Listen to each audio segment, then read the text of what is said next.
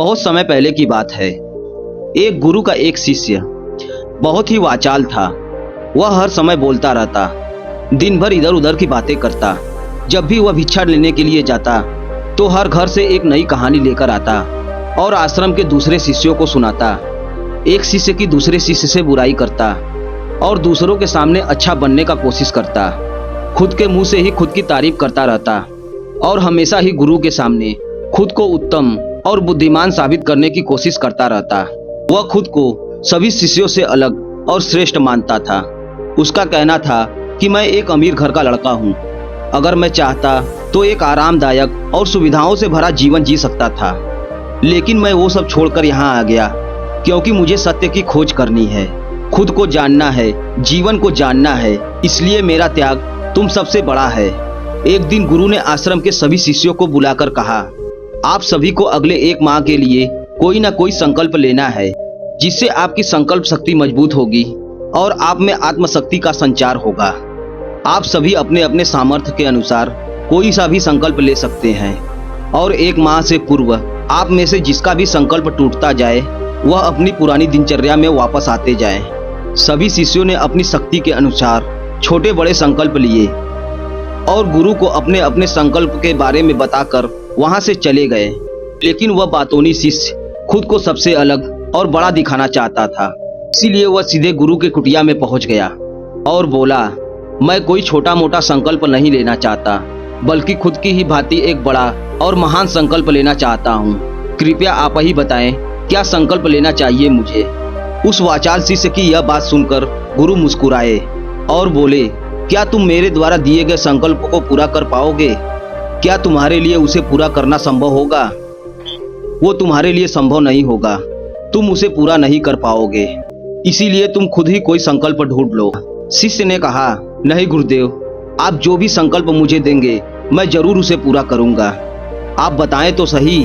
गुरु ने कहा, ठीक है, तुम अगले 1 माह तक चुप रहोगे, अपने मुंह से एक शब्द भी नहीं निकालोगे, यही तुम्हारा संकल्प है। शिष्य ने कहा, गुरुदेव, यह भी कोई संकल्प है? यह तो बहुत ही आसान है, 1 माह तक चुप ही तो रहना है। कोई बड़ा संकल्प दीजिए जो मेरी योग्यता के लायक हो, जिसे पूरा करने में मुझे समस्या हो। गुरु ने कहा, पहले तुम इस संकल्प को तो पूरा करके दिखाओ। शिष्य ने गुरु की बात मान ली। वह उसी समय चुप हो गया और पलटकर कुटिया से बाहर चला गया। उसे चुप रहना बहुत आसान लग रहा था। उसने एक दिन तो जैसे तैसे चुप रहकर काट लिया, लेकिन दूसरे दिन से उसके मन में ना बोलने का बोझ बढ़ने लगा। तीसरे दिन उसे भारीपन महसूस होने लगा और चौथे दिन उसके अंदर एक अजीब सी बेचैनी होने लगी, क्योंकि आसपास आश्रम के सभी शिष्य एक दूसरे से बातें कर रहे थे। वह भी अपना पक्ष उनके सामने रखना चाहता था, उनकी बोलती बंद कर देना चाहता था, लेकिन उसका संकल्प उसके आड़े आ रहा था। इसीलिए वह पूरे दिन मुंह व आंखें बनाते रहता। इसी तरीके से कुछ दिन और बीते और वह शिष्य बीमार पड़ गया। उसका सर फटा जा रहा था, उसका खाने पीने तक का मन नहीं कर रहा था, वह सिर्फ बोलना चाहता था। वह अपने गुरु के पास गया और उनके सामने बैठकर लिखकर उन्हें बताया, गुरुदेव, मैं बोलना चाहता हूँ, बिना बोले मुझे सांस नहीं आ रही, मेरा दम घुटा जा रहा है, मैं अंदर ही अंदर पागल हुआ जा रहा हूँ, मैं क्या करूँ, संकल्प तोड़ दूं क्या? यह पढ़कर गुरु मुस्कुराए और बोले, संकल्प तो तोड़ने के लिए ही होते हैं, लेकिन जो अपने संकल्प को पूरा कर लेता है वही अपनी शक्ति को बढ़ा पाता है, और जो अपनी आंतरिक शक्ति को बढ़ा लेता है वह समझ और जागृति की राह पर आगे बढ़ जाता है। संकल्प का लेना भी तुम्हारे ही हाथ में था और इसे तोड़ना भी तुम्हारे ही हाथ में है। तुम्हारे बहुत से गुरु भाई अपने संकल्प को तोड़कर अपनी पुरानी दिनचर्या पर वापस आ चुके हैं। अगर तुमसे नहीं हो पा रहा, तुम भी संकल्प तोड़कर अपनी पुरानी दिनचर्या पर वापस आ सकते हो। लेकिन याद रहे, अगर तुम आज इस छोटे से संकल्प को नहीं संभाल पा रहे तो तुम अपनी बाकी की पूरी जिंदगी को कैसे संभाल पाओगे? मुझे इस पर शक है। बाकी फैसला पूरी तरह से तुम्हारे हाथ में है। गुरु की यह बात शिष्य के दिल में चोट कर गई। वह बिना कुछ बोले वहां से वापस चला गया और खुद को अपनी कुटिया में बंद कर लिया। वह केवल अपनी जरूरी कामों के लिए ही कुटिया से बाहर निकलता, बाकी सारे समय कुटिया के अंदर ही बैठा रहता। 15 दिन बीत चुके थे और आश्रम के लगभग सभी शिष्यों का संकल्प अब तक टूट चुका था, लेकिन उस वाचाल शिष्य का संकल्प अभी भी जारी था। संकल्प लेने के बाद से अब तक उसने एक शब्द भी नहीं बोला था। सारा आश्रम हैरान था कि इतना बोलने वाला इंसान चुप कैसे हो गया।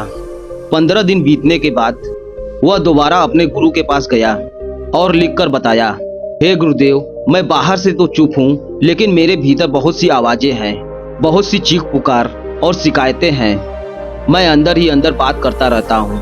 मेरा मन तरह तरह के प्रश्न पूछता रहता है। मैं बाहर से जितना मौन हूँ, भीतर से उतना ही शोर शराबे से भरा हुआ हूँ। मुझे शक हो रहा है, क्या मेरा संकल्प अभी भी जारी है?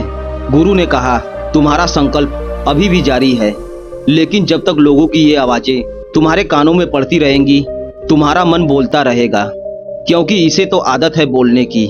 तुम भले ही बाहर से चुप रहो, लेकिन तुम अंदर ही अंदर बोलते रहोगे। तुम्हें इन बातों से, आवाजों से दूर जाना पड़ेगा। शिष्य गुरु को प्रणाम कर वहां से चला जाता है और सुबह होते ही अपनी कुटिया छोड़ जंगल की तरफ चला जाता है। कई दिन बीत जाते हैं, संकल्प का समय भी पूरा हो जाता है, लेकिन वह शिष्य लौट कर नहीं आता। आश्रम में सभी को डर था, कहीं जंगली जानवरों ने उसे खा न लिया हो। इस बीच उसे ढूंढने की बहुत कोशिश की गई, लेकिन वह कहीं नहीं मिला। सभी गुरु भाइयों ने मान लिया था कि जंगली जानवरों ने उसे अपना शिकार बना लिया है, लेकिन गुरु को ऐसा नहीं लगता था। एक दिन आश्रम का एक शिष्य गुरु के पास आया और बोला, गुरुदेव, उस वाचाल शिष्य के साथ क्या हुआ होगा? क्या जानवरों ने उसे मार दिया होगा? गुरु ने कहा, हो सकता है कि जानवरों ने उसे अपना शिकार बना लिया हो, लेकिन उसके ना लौटने की एक दूसरी वजह भी हो सकती है। शायद ही उसे वो मिल गया है जिसके लिए वो गया था।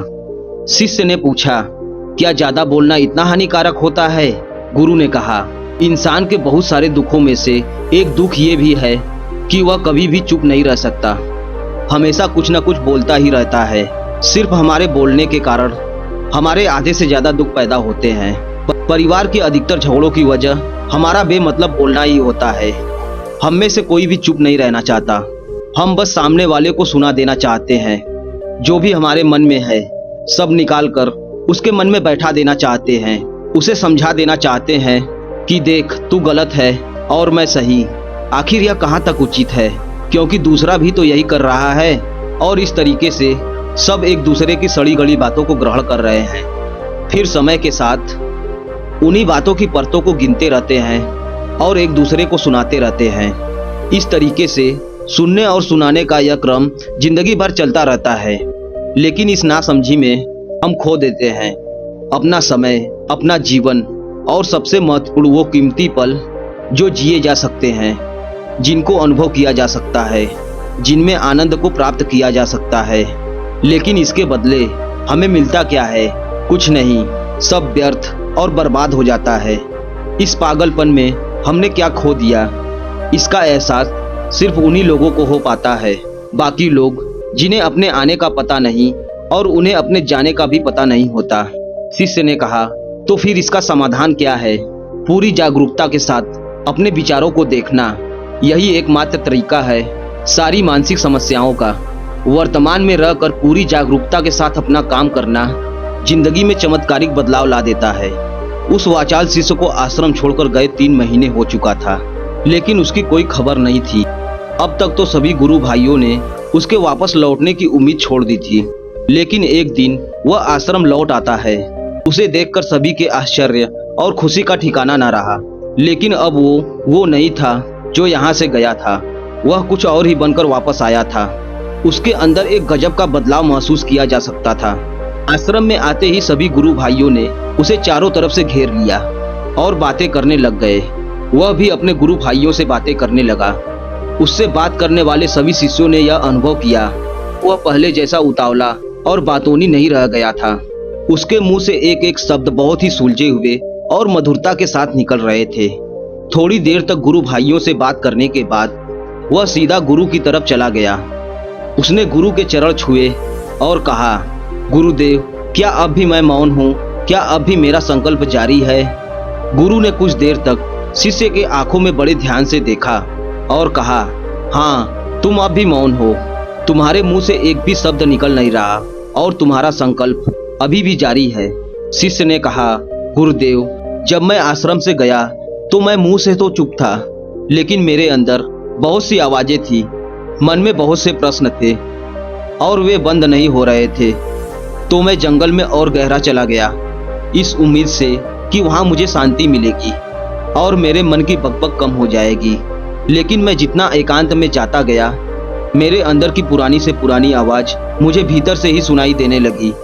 तब जाकर मैंने महसूस किया कि मैं कितना गलत कर रहा था। जब मैं अपने परिवार वालों, दोस्तों और गुरु भाइयों को बुरा भला कहता था, तो उस समय मुझे लगता था कि मैं सही कह रहा हूँ। जब मैं गुरु भाइयों की एक दूसरे से चुगली करता और उनका मजाक बनाता, तब भी मुझे यही लगता था कि मैं उनसे बेहतर हूँ और मैं सही कर रहा हूँ। लेकिन उस दिन पहली बार मैंने महसूस किया कि मैं कितना गलत बोलता था। काफ़ी दिनों तक ये आवाज़ें, ये शिकायतें मेरे अंदर चलती रहीं। लेकिन धीरे धीरे करके ये आवाज़ें, ये शिकायतें मेरे अंदर से शांत हो गई और मैं भीतर से भी मौन हो गया। उस घने जंगल में बाहर से कोई बोलने वाला था नहीं और भीतर कोई आवाज़ शेष ना बची थी। मैं उस दिन पहली बार मौन का सही अर्थ समझा। मेरे चारों तरफ बहुत शांति थी। हालांकि अभी भी कुछ आवाज़ें आ रही थी जो पहले भी आती थी, लेकिन मैं उन्हें सुन नहीं पाता था। पर वे अब सभी आवाज़ें मुझे स्पष्ट रूप से सुनाई दे रही थी। हवा के चलने की आवाज़, चिड़ियों के चहकने की आवाज़, पानी के बहने की आवाज़, भंवरों के गुनगुनाने की आवाज़, ये सभी आवाज़ें पहली बार मैंने होशपूर्वक सुने। अपने चारों तरफ इतनी शांति मैंने पहले कभी महसूस नहीं की थी। तो इस शांति को भंग करने के लिए मैंने पहली बार अपने मुंह से कुछ शब्द निकाला। मैंने चिल्लाया, हे ईश्वर, ये कैसी शांति है? सभी कुछ इतना शांत क्यों है? ऐसा क्या हो गया? लेकिन मेरे चिल्लाने के बाद भी वह शांति भंग न हुई। सब कुछ पहले के जितना ही शांत था, बाहर भी और भीतर भी। हे गुरुदेव, मैंने अपने गुरु भाइयों से बात की, मैंने आपसे बात की। मैं बोल रहा हूँ, मैं चल रहा हूँ, मैं सब कुछ देख रहा हूँ, लेकिन मैं अपने भीतर एकदम एकांत में, मौन में हूँ। भीड़ में होता हूँ तब भी भीतर से अकेला और एकांत में होता हूँ। जब मैं खुद में भी शोर करना चाहता हूँ तब भी एकांत में ही होता हूँ। अब सब दिखाई पड़ने लगा है, सब सुनाई पड़ने लगा है। गुरु ने कहा, जब तक हम बाहर की तरफ बोलते रहेंगे, भीतर अशांति ही रहेगी। जिस दिन हम भीतर की तरफ मुड़ जाएंगे, फिर बाहर हमारे मुंह से कुछ भी निकले, हम शांत ही रहेंगे। दुनिया में जितनी भी बुराइयां हैं, ज़्यादातर हमारे बोलने से ही उत्पन्न होती हैं, क्योंकि हम चुप रहना नहीं चाहते। हम जितनी ज़रूरत है उससे कहीं ज़्यादा बोलते हैं। हम सामने वाले को सुनना नहीं चाहते, बल्कि उसकी बोलती बंद कर देना चाहते हैं। उसे समझा देना चाहते हैं कि मैं कौन हूँ, दिखा देना चाहते हैं उसे अपनी सारी सामर्थ्य। बस यही हमारी ज़िंदगी का मकसद बनकर रह जाता है। हमारी सारी ऊर्जा इस व्यर्थ के बोलने में बर्बाद होती रहती है। दुनिया के सभी लड़ाइयों का कारण हमारा बोलना ही है।